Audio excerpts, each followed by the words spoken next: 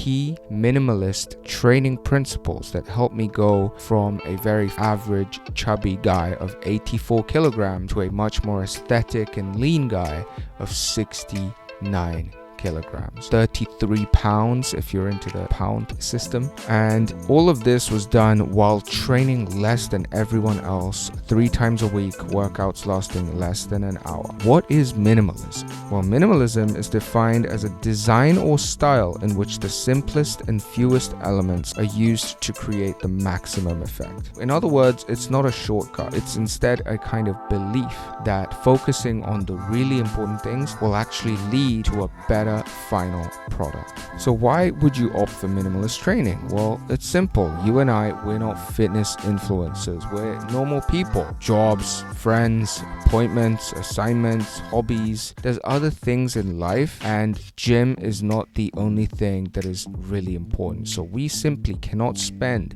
every day in the gym, let alone 5-6 days in the gym, upwards of an hour and a half, 2 hours training or prepping meals. Focusing on minimalist workouts will free up the time, the space, as well as the physical and mental energy for you to focus on other areas of your life. So let's get into it. I hope it really helps. What are the key training principles? What you want to be doing is going into the gym with a very clear idea of exactly what you're going to do in the key exercises. And each time you go, you want to try and lift heavier weights, or if you cannot move the weight up, do at least 1 rep more, 2 reps more than I did before. This way you get a clear sense of progress based on your strength gain, based on the weights that you are lifting, rather than on something like the mirror. Your body is going to fluctuate in looks all the time based on how much you ate the day before, how much water weight you're carrying, and a lot of other things, how stressed you are. So instead of that, measure and track your progress based on the strength that you are gaining on each exercise. And in order to do that, you need to be focusing on lifting heavy.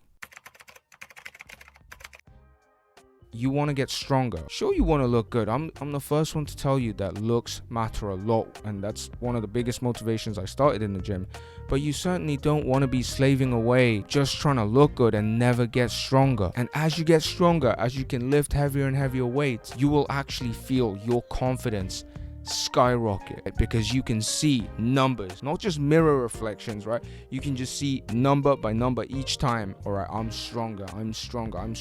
Okay, that's gonna give you such a mental boost. You want to pick a weight that you can do for 4 to 8 reps in your main exercises, in your biggest compound exercises. And that's a really good rep range for building strength, but also building very dense muscle. If you do 1 rep, you're building almost only strength. If you do 10, 12 plus reps, you're building more sort of volume and pump.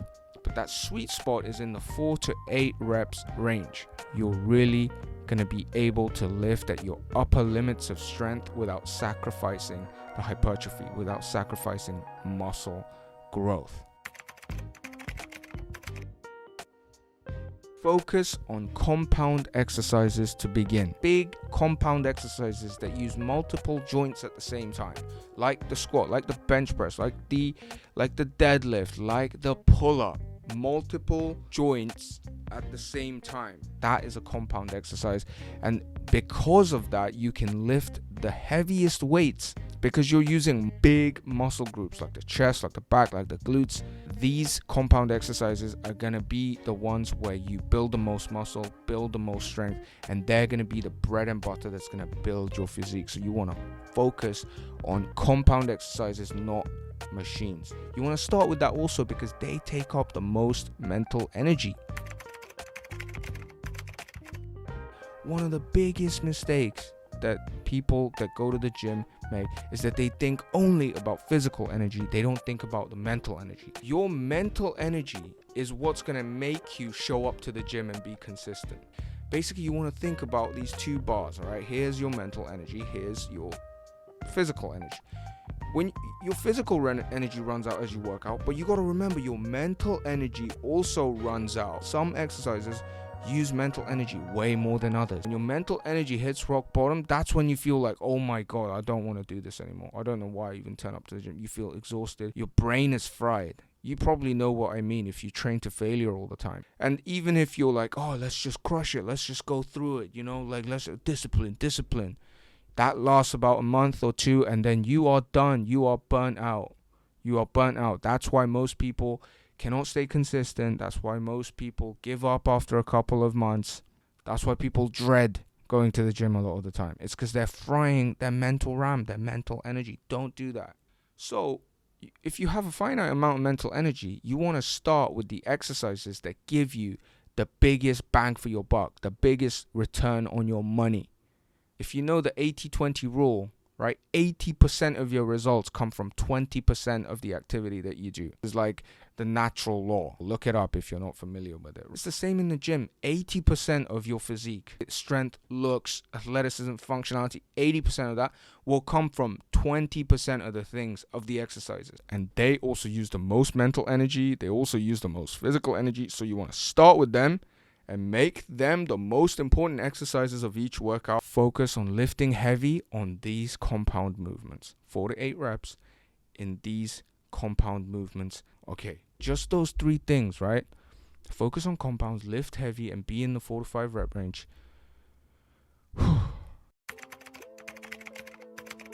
You want to do less.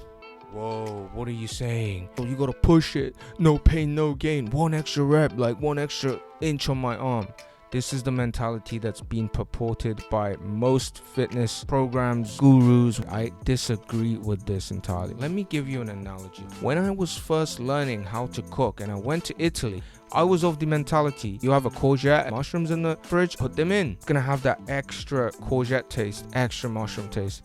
It can only add, right? More the better. That is the society we live in. The more the better. Well, in Italy, I learned that is a crime. You could actually get murdered for that. It's about focusing on the purest, best ingredients and leaving out all the crap and not going too much, because if you start adding, you actually subtract from the overall harmony and the overall taste of the tomato sauce. And you learn that less is more, that the final product is more because you used less. I hope that kind of resonates in some ways and you see where I'm going with the gym analogy. It's exactly the same in the gym. I was in the Marine Corps, where it's all about just go, right? Just discipline, just push. If you don't push, you're a pussy. No. These guys were doing rep after set. They were doing 10 sets of bench press. They were doing 15, 20 reps. They were going to failure. They were grunting and sweating, but they wouldn't be getting the results. They wouldn't be getting stronger. Their body wouldn't really be changing. Their physique would not look better because they didn't understand that less is more. Now, to some of them, I only gave the advice. I was like, you're doing too much. All those exercises you're doing for chest, all those exercises you're doing for back that supposedly hit it from different angles and shock the muscle or add volume or whatever, cut it all out. Focus on these 2. Don't do 5, 6, 7, 8 sets. Do 3 sets. Don't do all this like superset, drop set like until you die. Don't do all this ab stuff that until you puke. They started feeling much better because they were better rested in the brain. They were more excited to come to the gym. They could be more consistent. And since they got more rest, their body had the time to recover and build the muscle as well. Their physique started transforming. They were like, this is incredible. See, most people when they start, they just have this idea, you got to do more. This is the beauty of minimalist training.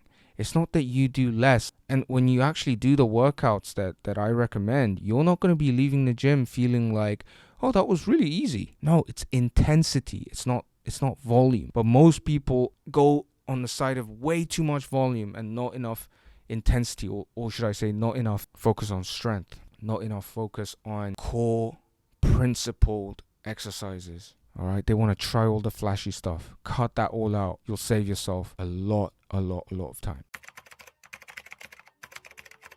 Rest days are as important as training days, because rest days you're recovering your mind and your body, and that's what gives you the energy to show up to the gym again, and that's what's actually giving the time for your muscles to break and reform and be stronger for the next time so that you can lift heavier. So you can't show up to the gym the whole time and expect to get stronger if you don't give yourself enough rest.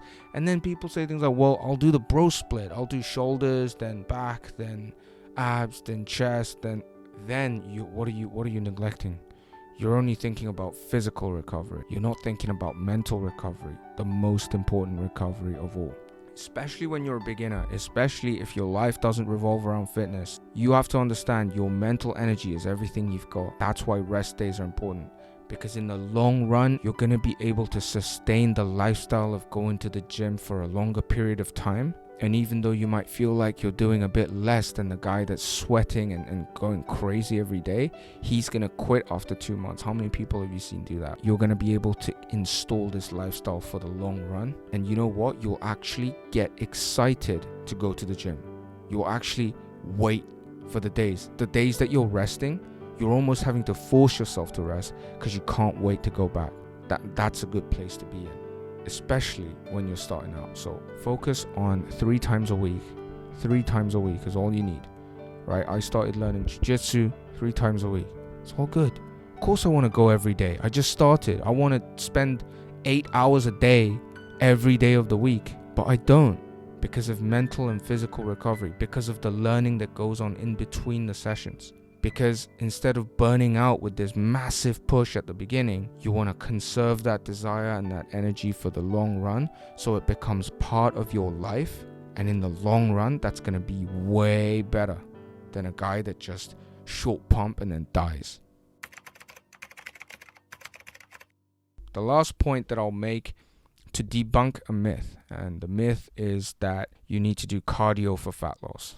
Alright, so in this system of getting lean and aesthetic, the lean body formula, which is what I am designing for the guys that want to follow this regime, it is very important that you actually get lean, because that's when you feel athletic and agile. You can move, you look the best because all your muscles are defined, but not just your muscles, your face, your jawline, your face will improve. You will look better. You will look more attractive when you get leaner. That's going to skyrocket your confidence as well. You will be amazed, right? In fact, I'm going to show you a transformation of my face, like the fat pancake face that I used to walk around with, and then the face that I have now. You know, I'm by no means like a super good looking guy. You can transform like this, and it's possible for you. That's why getting lean is important. So how do you get lean? You have no idea how many times I've heard this in Korea especially. You need to do cardio for fat loss. Look, most of the time when they say cardio, they refer to things that boost your heart rate, like running, like boxing, like swimming, like football, like all these exercises.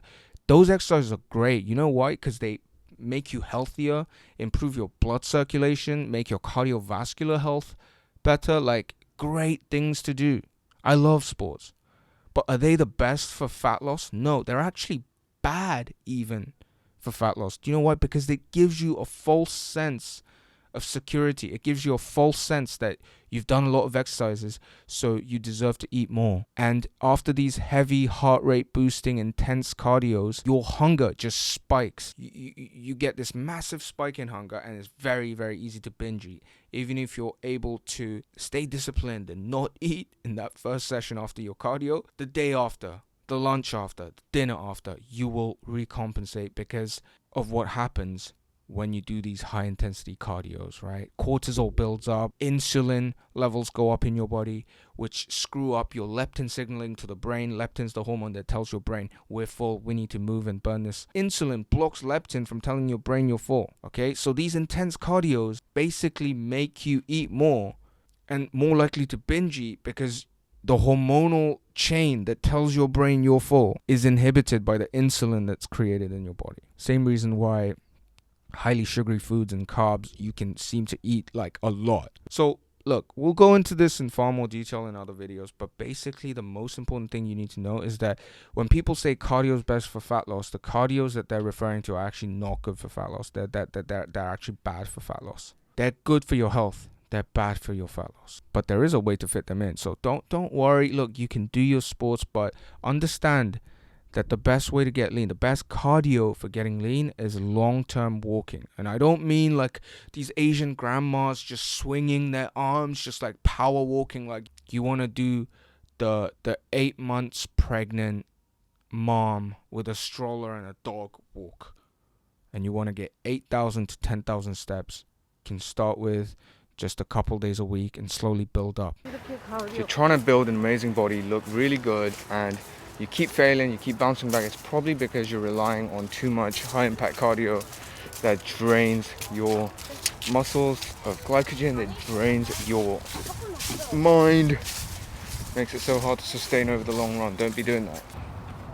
Instead, you can go on walks. You'll be surprised. You'll be surprised what 10,000 steps will do to your body, your mood. So give it a try. And walking actually burns a lot of calories, not that much less than all the other sports that you think burn amazing amount of calories. And it doesn't cause the huge spike in hunger that's going to make you binge eat. Now that's a good combination. That's going to get you lean. That's it. There's a lot more to cover, but I think those are the core principles of training, that if you build your training regime according to these principles, you're going to be very, very well equipped to becoming aesthetic, strong, lean. If you think that this would help you, be sure to click the subscribe button, because I'm going to share with you many more insights that I've learned over the years on fitness and nutrition, and especially the mindsets that will drive you towards a lasting transformation. And also stick around, because I'm planning to release a free ebook/PDF with workout routines. And the next part, we're going to discuss nutrition, how to eat enjoyable, satisfying meals and still get/maintain an incredible physique. All right, so tune in for the next part, nutritional principles.